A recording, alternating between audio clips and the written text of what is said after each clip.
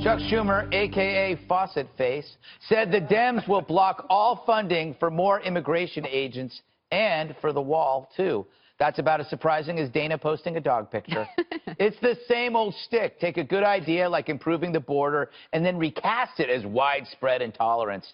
Here's a game for everyone. When Schumer speaks, can you count the lies?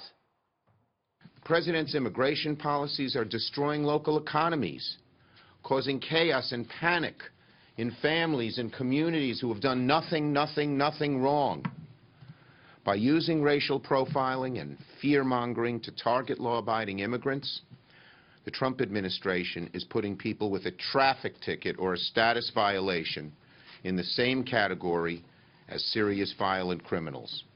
All right, Chuckles, that was quite a trifecta. Trump's policies are destroying economies. He's employing racial profiling. He's targeting legal immigrants. There were more there, but I couldn't keep up. He should change his name to Upchuck, given all the lies he throws up. The economy's fine, unemployment's down. As for profiling and harassing legal immigrants, by conflating illegal with legal immigration, it's Schumer who is the real guilty party here. But he's not done. Immigrants are an integral part of this country. Democrats will be vigilant and strong in our commitment to upholding the promise of America and shielding immigrants from President Trump's policies. Senate Democrats are prepared to fight this all the way. My message to all of you: keep organizing, keep calling, keep marching. Oy. Once again, lumping illegal with legal, blurring the path to citizenship. Why would he confuse such things? To gin up fear and hysteria, perhaps? When do Democrats ever do that? Oh, yeah, all the time. If Democrats didn't have panic to rely on, they'd have nothing but folk songs and kale to keep them warm. But they know fear works when you're out of ideas. But guess what, Juan? You can be pro-immigration while wanting a process that guarantees that it's safe and legal.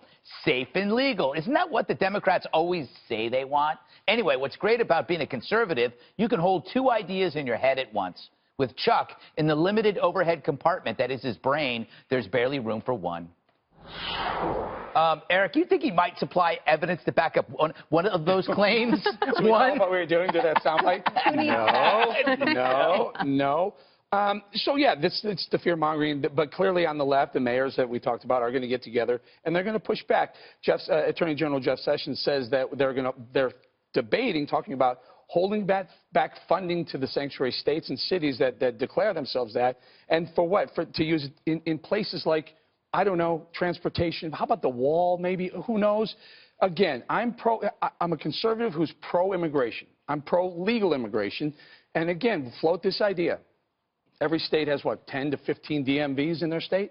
Create that DMV as an embassy where if you walk in there as an illegal, you're not going to get arrested or deported, but you're going to put your name down and you're going to go on the list, back of the list, but you're at least documented, not a pathway to citizenship, but pathway to legality at the end of the list, and you don't have to leave.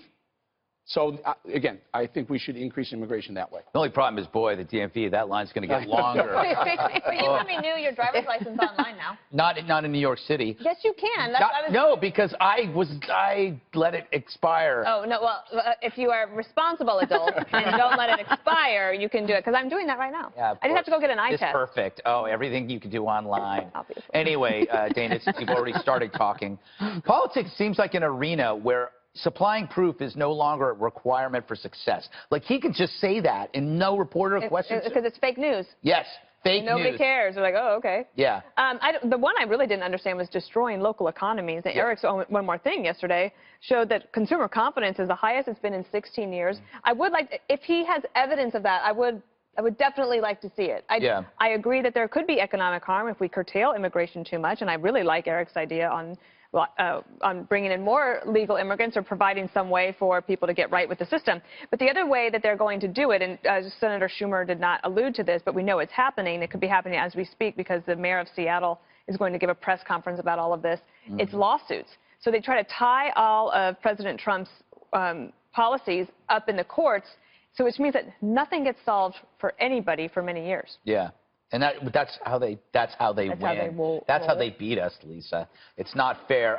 I think the thing that I keep thinking about is it's almost impossible to enforce assimilation. So you kind of have to start with the border, right? I mean, isn't that where you begin? I don't know. Well, no, I mean, obviously that's important. But if you're looking for a permanent name for him, I think I like Faucet Face better than Upchuck, just for the record. Let the record state. But if you're Senator Chuck Schumer and you're worried about sowing chaos and you're worried about, people being upset and concerned, you think that you would maybe tone down the hyperbole. Obviously, what you just said there, clearly he's stoking fears and doing exactly what he's concerned about happening. But the irony of it, too, is Senator Chuck Schumer is saying that he's not going to support the funding for the border wall, but he actually voted for the legislation that President Trump is using to try to build the wall. That was the 2006 Secure Fence Act. So did Senator Dianne Feinstein, so did Hillary Clinton, so did President Obama. And Senator Feinstein at the time said that the border security was very, very important, was incredibly important, and that Democrats were behind the border fence. Mm-hmm. Juan, what do you make of this? Why must Chuck Schumer make up lies like that? He's a lying liar full of lies. Sometimes I miss you. But then I come back and I realize, oh, no, this is an alternate reality. Is this going to make dinner tonight awkward? It is going to, you know what, because I sent you that text. It's not, don't think anything about it. It's just dinner. But I will say, you don't understand, but the mayor of Philadelphia just came out and said, you know what, immigrants, legal and illegal, have revived entire sections of our city. Mm-hmm. You can see that here in New York, entire sections of a city. You start to spread fear. It's not Chuck Schumer. But it's Donald Trump. But you said legal and illegal. Why would legal be in fear? Why? Well, no. I said legal and illegal have revived communities. Let me explain why legal and illegal would be in fear. And this is not something that's being created here or somehow fabricated by Chuck Schumer. It's real on the streets of our nation. Mm-hmm. And the reality is that you have people who think my family, my grandmother, is going to be thrown out any second. We have a tape. Hang on just a second. There was a tape of a young woman in her car being driven to school by her dad. The dad is pulled over, and suddenly she's making a little video with her cell phone of her dad being taken away, and she has to go to school. Mm-hmm. That's real fear, Greg. That's not something, that's just not games. Mm-hmm. And a lot of this is tied to the idea, these illegal immigrants, they're so criminal. We've had several studies come out in the last few weeks that say, no, in fact, lower levels than people who are citizens in the country. But why am I we also have the study that shows higher levels. Well, and where were these people, and where was Senator Chuck Schumer when President Obama was deporting illegal aliens at a rate higher than any previous president, or more than the total sum of all presidents in the 20th century? The whole idea, Lisa, was let's take this off the table. Let's get immigration reform done. But where was the overcharged rhetoric from people like Senator Chuck Schumer? Remember, they said Obama was the deporter-in-chief. I don't remember hearing Senator Chuck Schumer saying anything like that. Oh, they sure did. They went off on Obama and said that he was being compliant to try to make good or make friends with the Republicans on a very difficult issue and sacrificing Hispanic voters. Well, anyway, I want to get Dana, the border wall bids are in today. Did you put in a bid? I did not put in a bid, but I can imagine that there's a lot of companies that would really like to try to get in on that. First phase costing $600 million, right? Something like that. I think they were looking for $12 billion for like 72 miles. But it's phase one. I mean, there's so many ways to pay for it, and Mexico will pay for it in the long run. There are ways to do that as well. But of note that the Mexican government said that anyone that offers to work on that wall is almost treasonous in Mexico. Yeah. Do you think, what happens if they block the funding? What happens? How do you do that? Well, I guess you have to, but they have to explain. I think President Trump has explained, and his voters and supporters understand what he's talking about and will support it. But this, as they found out last week, I mean, you have to. This isn't like going to a negotiation where you're just like, okay, you're good, I'm good, excellent. You got a little something, I got a little something. You have 535 members of Congress. You have all these different groups that are going to file lawsuits, especially watch the environmentalists. They will make sure to try to gum up the works that way.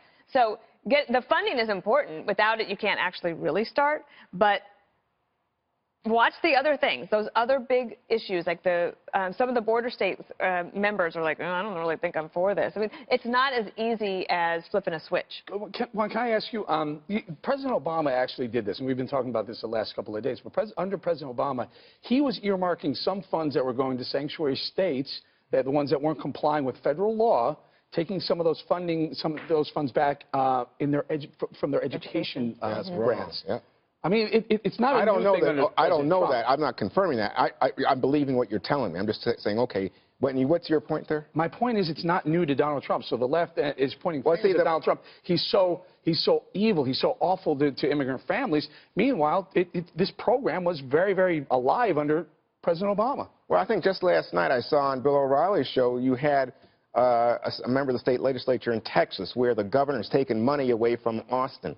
And the money is being taken away, guess what? Not from the police department, but being taken away from social services, education services in the city of Austin. That's Obama's program. Right there. I don't know that, but I'm saying I'll take you at your word. But it seems to me that is not a productive way of going about this. And let me just add that we have a Fox News poll. I mean, Fox poll says most Americans are opposed to taking money away as a means to punishing sanctuary cities. It's not popular. But I think you're also going to have, for a lot of these guys, like if you're Chicago Mayor Rahm Emanuel, or you're going to stake your political ground in putting up a fight against President Obama, or President Trump, rather.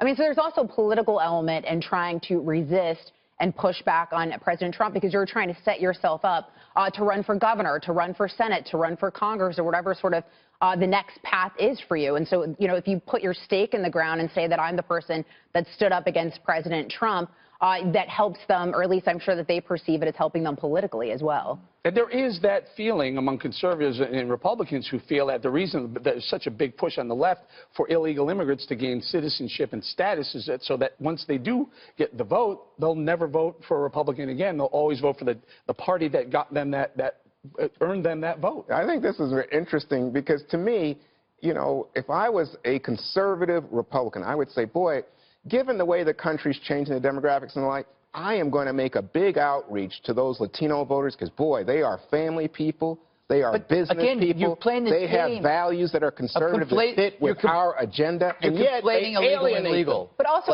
yeah. You're assuming that people that waited in line want us to treat the people who aren't waiting in line the same way. No, they actually probably are for the right process. No, I'm all for immigration reform and enforcing those laws. That's not what I'm saying, but I think the wall is a waste. Well, the issues that Hispanics care about are the same as any other American. It's jobs in the economy, education. Immigration reform is not even on the top 3 issue, even for Hispanics in this country. I would agree with you, Lisa, but why then do you see conservatives vilifying, demonizing immigrants, especially illegal immigrants, as criminals? You did it again. Why? No.